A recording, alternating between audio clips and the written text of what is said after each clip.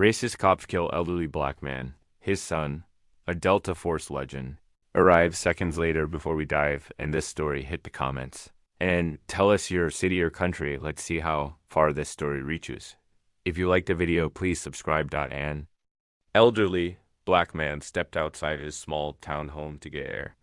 Minutes later, he lay motionless on his porch, killed by the very officers sworn to protect him. No weapon, no threat, just a quiet man, wrongfully feared. The officers radioed it in as a justified stop. What they didn't know. His son, just back from a secret mission overseas, was standing just around the corner. A legend in Delta Force. And this time, the war had come to his doorstep. Watch until the end. This isn't just a story. It's a reckoning. Henry Collins was 72, a retired school principal, widowed, kind, the kind of man who waved to neighbors, brought soup to the sick, and still read books by lamplight. He had lived in the same quiet Louisiana neighborhood for decades, never once causing trouble. But in a world that too often saw black skin as a threat, peace was never guaranteed. Henry's son, Marcus, had come home on leave that morning, his third deployment as a Delta Force operator. Marcus didn't announce his return. He wanted to surprise his father, so he parked a block away and walked up the back path. 2 patrol cars crept around the corner as Henry exited the porch. A neighbor had called in a suspicious man. Number? Prime. No cause. Just a phone call and the color of his skin. From a distance, Marcus watched, not knowing that everything would explode within seconds. The officers didn't approach slowly. They shouted from the car, guns already drawn. Henry, startled, held his hands up. Don't move. One barked. I live here, Henry said gently, voice cracking.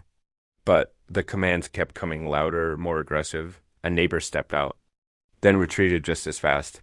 No one intervened. Henry tried to explain, but his trembling was mistaken for resistance. A cop lunged forward and tackled him against the porch steps. Henry's frail body couldn't take the impact. His head hit the edge of a stone step with a sickening thud. Marcus froze. Training surged through his blood. Every nerve told him to act, but his heart screamed louder. No, he whispered. Not Dad. From behind a tree, Marcus dialed 911, but then came the worst sound. A single shot. In silence, Henry's body slumped. One of the officers holstered his weapon and muttered, he went for something. No body cam. No witnesses were brave enough to speak. Marcus stepped into the street, eyes blazing. Not with rage, but with deadly precision. The 2 officers froze when they saw him. Not because he was big. Not because he looked angry. But because they saw the military tags around his neck and the way he moved with calm. Lethal purpose. They didn't yet know who they were looking at, but they were about to find out. Marcus walked past the yellow tape, the murmuring crowd, and the officer who tried to stop him. He knelt beside his father's body, silent, still, dignified even in death. And then he stood, eyes locked on the cops who had pulled the trigger. This was your mistake, he said, voice low. But it's going public. He turned, pulled out his satellite phone, and made one call to someone far above the local police chief. Within minutes, unmarked SUVs arrived. Federal investigators, military police, civil rights lawyers. The entire town stood still as the cops were quietly escorted into custody. No one had expected this man to have power, but they had just killed the wrong father and awakened the bad son. Marcus buried his father with full military honors, not because Henry had served, but because he had lived with dignity.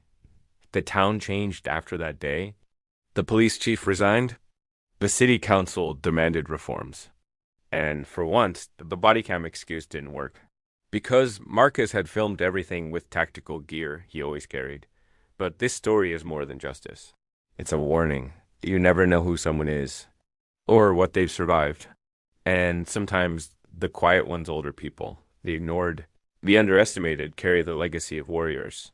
How many more must fall before suspicion isn't the default for black skin? Where are you watching from? What would you have done if this were your father? Comment your city and country. Let the world hear you. Take care.